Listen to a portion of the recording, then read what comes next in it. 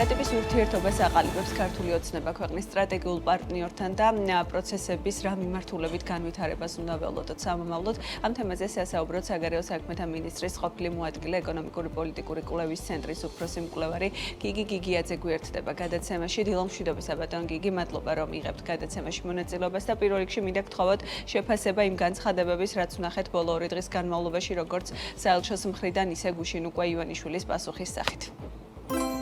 მოგესალმებით, მოგესალმებით ტელემოყურებელს, დიდი მადლობა მოწვევისთვის. გუშინ ჩვენ საკმაოდ საინტერესო მიმოწერა ვიხილეთ, პირველი ძალიან მნიშვნელოვანი ეს იყო ამერიკის საელჩოს განცხადება, გათამაშებული სოციალურ ქსელში, რომ მათ ჰქონდათ სურვილი გასაუბრება ამ დე-ფაქტო რეჟიმის, დე-ფაქტო ხელისუფლების ფაქტობრივ მმართველთან, ბიზნეს ივანიშვილთან, რაც მათ მიიღეს უარყოფითი პასუხი.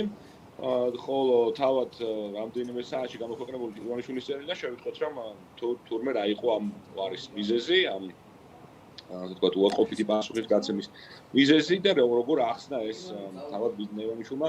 აქ ერთი რაღაც არის ძალიან საინტერესო, რომ ამერიკის შეერთებული შტატები მიუხედავად საქართველოში არსებული უმძიმესი პოლიტიკური კრიზისისა, მიუხედავად აი რთული ვითარებისა, რომელიც ჩვენ ქვეყანაში ჩამოყალიბდა გასული წლის 26 ოქტომბრის შემდეგ, მაინც ცდილობს გარკვეული სახით დიალოგის შენარჩუნებას, დიპლომატიური არხების შენარჩუნებას და ძალიან სწორ გადაწყვეტილებას იღებს, რომ ესაუბროს გადაწყვეტილების მიმღებს ამ ქვეყანაში, რეალური გადაწყვეტილების მიმღებს ამ ქვეყანაში, ფაქტობრივ მმართველს ამ დე-ფაქტო ხელისუფლებისა, მაგრამ როგორც ჩანს, ამის არანაირი სურვილი აქ არ არსებობს და თავად ის განცხადება, რომ მიუთითეს, რომ შეხვედროდა ამერიკის საელჩო პრემიერ-მინისტრს, ეგრეთ წოდებულ პრემიერ-მინისტრს, ან რომ მთავრობის, ეგრეთ წოდებულ მთავრობის სხვა წევრს ამაზე, რასაკურველია უარყოფითი პასუხი მიიღეს თავად საელჩოს მხრიდან, რაც კიდევ ერთხელ მეტყველებს იმას, რომ ამერიკელებს, ისე როგორც ჩვენს დასავლურ პარტნიორებს, ძალიან კარგად ესმით, თუ ვინ არის რეალურად ამ ქვეყანაში გადაწყვეტილების მიმღები და ვინ არის რეალურად მმართველი იმ პროცესებისა, რომლებიც თავს ჩვენ ადრე ვყავთ საქართველოში ბოლო რამდენიმე თვის მანძილზე. რა სადამდე შეიძლება მივიდეს ეს პროცესები დიპლომატიურ ენაზე ასეთი ტიპის ურთიერთობა და თანამშრომლობა რა შედეგის მომტანი შეიძლება იყოს ქვეყნისთვის საშუალო და გრძელვადი ამ პერიოდში? არა მარტო ევროკავშირთან, არამედ ამერიკის შეერთებულ შტატებთანაც საქართველოს ურთიერთობა არ ყოფილა ესეთ დაბალ ნიშნულზე არასდროს ჩვენი დამოუკიდებლობის აღდგენის პირველივე დღიდან ჩვენ არასდროს არ გქონია ესეთი წარმოუდგენელი ჩავარდნა, მე ვიტყოდი ესეთი ვაკუუმი უორხრე ურთიერთობებში, ამერიკა როგორც ამერიკასთან, ასევე ევროკავშირის წამყვან ქვეყნებთან, ეს ძალიან ცუდად აისახება საქართველოს მთელ მოქალაქეზე, ვინაიდან თქვენ იცით, რომ ეს ქვეყნები იყვნენ საქართველოს ძირითადი მხარდამჭერები, როგორც პოლიტიკურ ჭრილში, ასევე ეკონომიკური თვალსაზრისითაც და მათი დიდი ძალისხმევით, მათი განსაკუთრებული ძალისხმევის შედეგად ჩვენ შევძელით, რომ დაგვეწყო სახელმწიფოებრიობის შენებლობა ჩვენს ქვეყანაში. ამის გათვალისწინებით, ეხლა ეს პროცესი, რომელსაც ჩვენ ადრე ვთვალყურთ, რასაკვირველია ძალიან უარყოფით გავლენას მოახდენს უახლოს მომავალში ჩვენს ქვეყანაზე და აისახება ამ ქვეყნის თითოეულ მოქალაქეს. რა როლი აკისრია ამ პროცესებში, როგორ ფიქრობთ საგარეო საქმეთა სამინისტროს და რამდენად არის მზაობა, რომ სწორად წარიმართოს პროცესები და რაიმე ფორმით გაგრძელდეს? სამწუხაროდ გიგი გიგიაძესთან კავშირი გაწდა რამდენადაც ვიცი და თუ მოხერხდება რამდენიმე წამში მისი დაბრუნება, ბატონ გიგი, თუ გესმით ჩვენი ხმა, ვკითხულობდი რა როლი აკისრია საგარეო საქმეთა სამინისტროს ამ პროცესში და როგორ ფიქრობთ, რა შეიძლება გაკეთდეს? პირველ რიგში ალბათ ნება უნდა არსებობდეს, რასაც ვერ ვხედავთ და ის ყველა გადაწყვეტილება თუ გზავნილი მე ამ ყველაფრიდან მომდინარეობს, მაგრამ მაინც როგორ უყურებთ უწყების საქმიანობის მნიშვნელობას? საქართველოს საგარეო საქმეთა სამინისტროს უკვე საკმაოდ დიდი ხნის მანძილზე დაკარგული აქვს საკუთარი ფუნქცია და მოვალეობა, ისინი რეალურად აღარ აღსრულებენ საკუთარ სამუშაოს და მე ძალიან გამიჭირდება რაღაც დავინახო რაღაც საერთოდ სამუშაო მათ ფუნქციაში, მათ რეალურად არანაირი დავალება აღარ გააჩნიათ, აღარანაირი როლს ისინი ესწრებიან, ასე ვთქვათ, ზედაპირული, მოჩვენებითი უწყება, რომელიც თავიდან ბოლომდე ემსახურება რეჟიმის ინტერესებს და ჩვენ ახლა ვიცით, რომ უახლოს მომავალში გეგმება ასევე იმ თანამშრომლების გათავისუფლება და დასჯა, რომლებმაც ხელი მოაწერეს იმ ცნობილ განცხადებას საქართველოს ევროპული და ევროატლანტიკური კურსის ცვლილების მიუღებლობასთან დაკავშირებით. ანუ ეს უწყება უკვე დიდი ხანია რეალურად აღარ წარმოადგენს იმას, რასაც უნდა ემსახურებოდეს, ის აღარ არის საქართველოს საგარეო პოლიტიკური მიზნების გამტარი და რეალურად მათ არც აქვთ შეხება, ფაქტობრივად კონტაქტი არც ერთ ჩვენს ძირითად დასავლურ პარტნიორთან. ამიტომ მე ძალიან გამიჭირდება ხა რაღაც ფუნქცია მოუძებნო საქართველოს საგარეო საქმეთა სამინისტროს ამ ყველაფრის ფონზე ისინი ამ ფუნქციას მათ ეს ფუნქცია აღარ გააჩნიათ ძალიან დიდი ხნის მანძილზე. აქვე მინდა კითხოთ ტრამპის წერილზე, რომელიც პრეზიდენტ ყაველაშვილის ადმინისტრაციამ გავრცელა, ქართული ოცნების პრეზიდენტის ადმინისტრაციამ. როგორ ფიქრობთ, ვინ მიწერა წერილი ყაველაშვილს და რა შეგიძლიათ გითხრათ ამასთან დაკავშირებით? წინა სტუმართანაც საუბრობდით, რომ იგივე აზერბაიჯანის შემთხვევაში მარტივად საპოვნელი იყო დედანიც და ინგლისურენოვანი ვერსიის ნახვა. ჩვენ შემთხვევაში რასთან მქონდა საქმე, როგორ ფიქრობთ იმ განცხადებების ფონზე, რაც მოყვა მერე ამ განცხადებას ელჩის მხრიდან?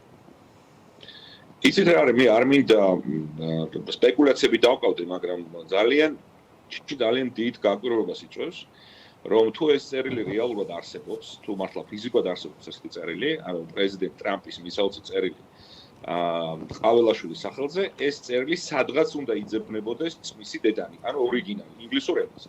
ეს ან უნდა გამოექვეყნებინა საქართველოში ამერიკის შეერთებული შტატების საელჩოს, ან ჩვენს საელჩოს ამერიკის შეერთებულ შტატებში, ან ეს უნდა განთავსებულიყო რომელიმე ოფიციალურ ვებგვერდზე ამერიკის პრეზიდენტის ადმინისტრაციის, ან თავად ყაველაშვილს უნდა გამოექვეყნებდეს რომელიმე პლატფორმაზე, ან ოფიციალურ ვებგვერდზე, ან სოციალურ სადღაც ჩვენ უნდა გვენახა ამ წერილის დედანი, როგორც ეს არის ჩვეული მიღებული პრაქტიკა ოქროყან შორის ურთიერთობებში და ბოლო პერიოდში, განსაკუთრებით ბოლო რამდენიმე წლის მანძილზე, როდესაც სოციალური ქსელი გახდა განსაკუთრებით გამოყენებადი და აქტიური, ხო?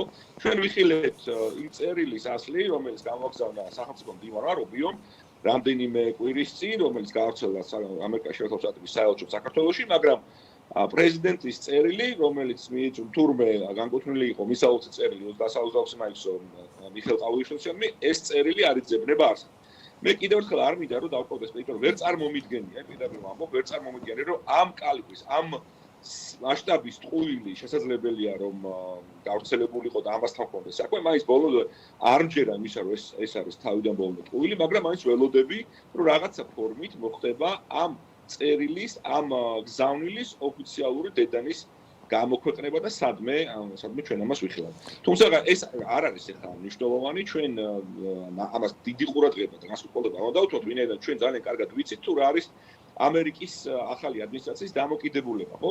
პოლიტიკური პარტია ქართული ოცნებისამი, ამის შესახებ ძალიან კარგი პასუხი გაცა თავად სახელმწიფო მდივანმა რუბიომ ჯო ვილსონის მიერ დასმულ კითხვაზე და ჩვენ შეგვიძლია ზუსტად ვიცოდეთ, ესმოდეს კარგად თუ რა გზავნილების გადაცემა უნდოდა ამერიკის ელჩს ივანიშვილისადმი 22 Deep State-ი გავლენები და ასე შემდეგ, რა განცხადებებიც გვესმის ამ თემასთან დაკავშირებით, როგორ ფიქრობთ? სადამდე შეიძლება ეს ფანტაზია თუ არ ვიცი რაღაცა თეორიები გაწვდეს ქართულ ოცნებას თავის ამომრჩევლობისთვის, ან ვისელაპარაკება საერთოდ და აი ამ ნაწილში რა შეიძლება იყოს გაგრძელება, ან ფასი რა შეიძლება იყოს იმ ყველაფრის, რასაც ვაკეთებთ დღეს საქართველოში ამერიკის მხრიდან?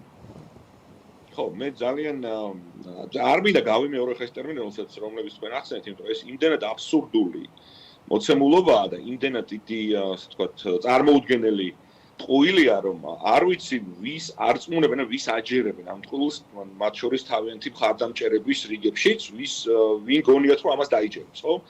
მე მგონი რომ ეს ახალი ტერმინი იმდენად უცხოა ქართულ საზოგადოებაში, ალბათ უჯრედს იქნება ისე ძველ ტერმინს დაუბრუნდნენ ეს თავიდან საიდან დაიწყო. ისე გლობალური ომის პარტია გამოიყენონ ჯობია, იმიტომ რომ ხალხს უკვე საერთოდ არ ესმის აზია საუბარი. თვითონ ადამიანს საზოგადოებას კი თვითონაც ვერ ხსნია რა არის ეს deepfake, ანუ არ ვიცი.